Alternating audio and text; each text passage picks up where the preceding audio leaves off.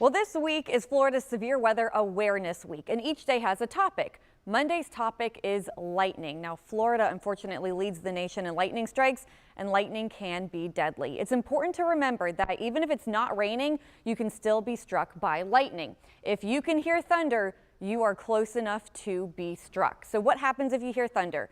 Of course, we all know to move inside, right? If you're swimming, if you are outside, move inside. That would be an enclosed building. And once you're in the building, stay away from windows and electronic devices.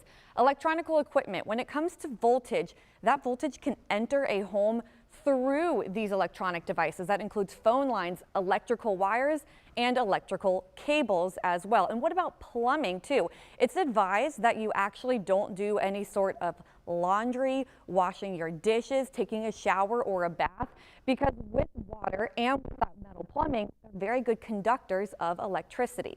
And if you are in a car during a thunderstorm as well, make sure that your windows are rolled up. But avoid contact with any sort of conducting paths. So that means if you're charging your phone, you don't want to be holding it. If your phone is plugged in and charging while you're in the car, the voltage can move through that wire and electrocute you within the car. It's also important to remember two things. These are myths. First, that lightning can't strike in the same spot twice. Lightning can strike in the same place twice.